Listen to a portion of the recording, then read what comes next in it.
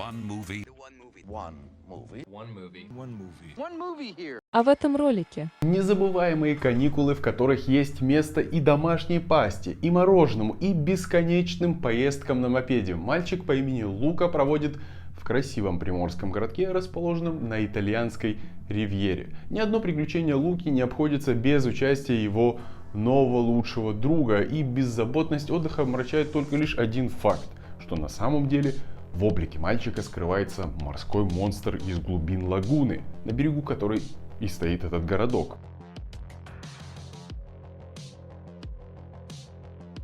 Осуществился двойной релиз мультфильма Лука. Его можно посмотреть как по подписке на Disney+, так и в кинотеатре. От нескольких человек я услышал сравнение нового мультфильма Лука с душой. Насколько я помню, в мультфильме душа, упрямая душа, попавшая на землю, начала изучать, как это быть в теле человека, что это такое жить эту жизнь, да? А тут в Луке это морское существо. Оно оказывается на суше, из-за чего превращается в человека и начинает изучать, каково жить эту жизнь на суше.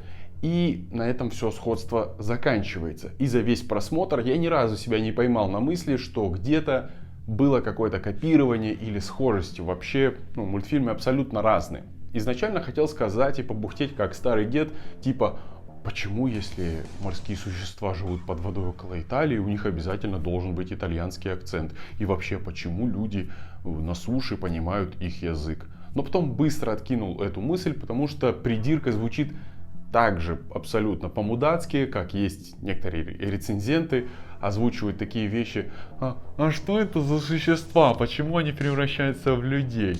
Я хочу знать их историю, а ее не показали. 5 из 10 или 2 из 10. Лука — это мальчик-пастух, который, что он может делать под водой? Он пасет рыб, да? И ему любопытно попасть на сушу, но все вокруг, особенно заботливые родители, ему твердят, что выйдешь на сушу и люди тебя убьют, прибьют, ты морское чудовище.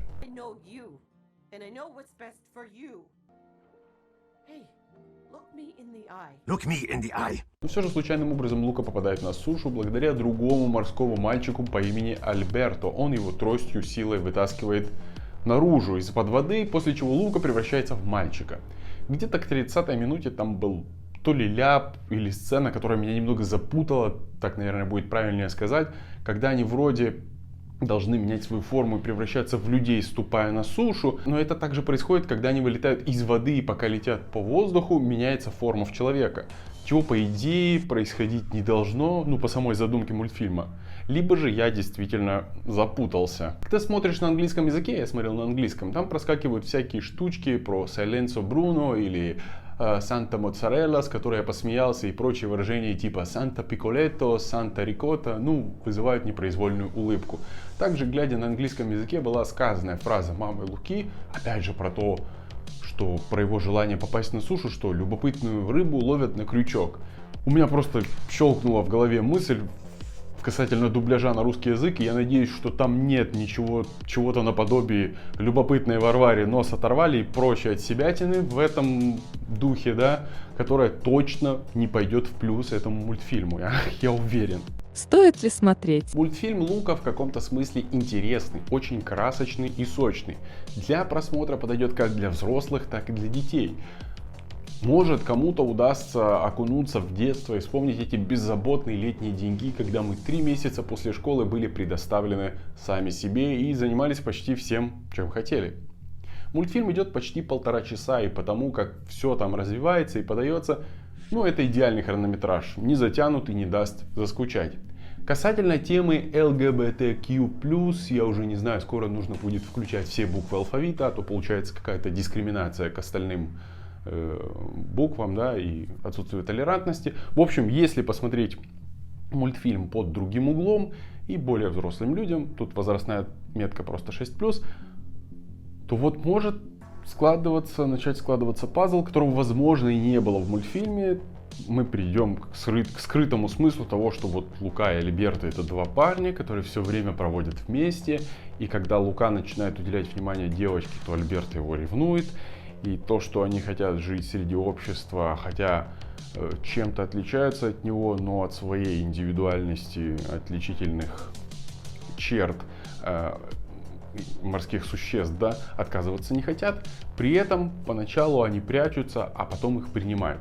Звучит вроде осмысленно, хотя, возможно, я уже притягиваю за уши. Просто на меня повлияло еще то, что я смотрел «Митчеллы против машин», и, как я говорил в начале отзыва того мультфильма, уже, явный конкретный перегруз идет про тему секс-меньшинств, рас, я не знаю, уже анальных гномов, и хочется просто что-то посмотреть, отдохнуть и расслабиться. Просто вот сел, посмотрел, отдохнул и расслабился, да, чтобы тебя не промывали мозги, чтобы не скармливали идеологию. Я посмотрел, написал отзывы, снял его на видео, а потом мне прилетает, что там была явная пропаганда ЛГБТ, и дочь главного героя, она вообще лесбиянка, как-то мог этого не заметить.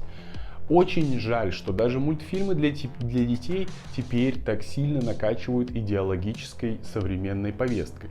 Вернусь к мультфильму «Лука». Да, его стоит посмотреть, и, возможно, все выше озвучено. Это уже просто, я не знаю, накрутил себя до абсурда, увидел то, чего туда не закладывалось.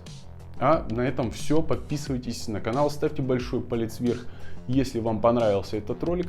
Напишите в комментариях, что вы думаете о мультфильме «Лука» или моем отзыве. Спасибо за просмотр. Пока.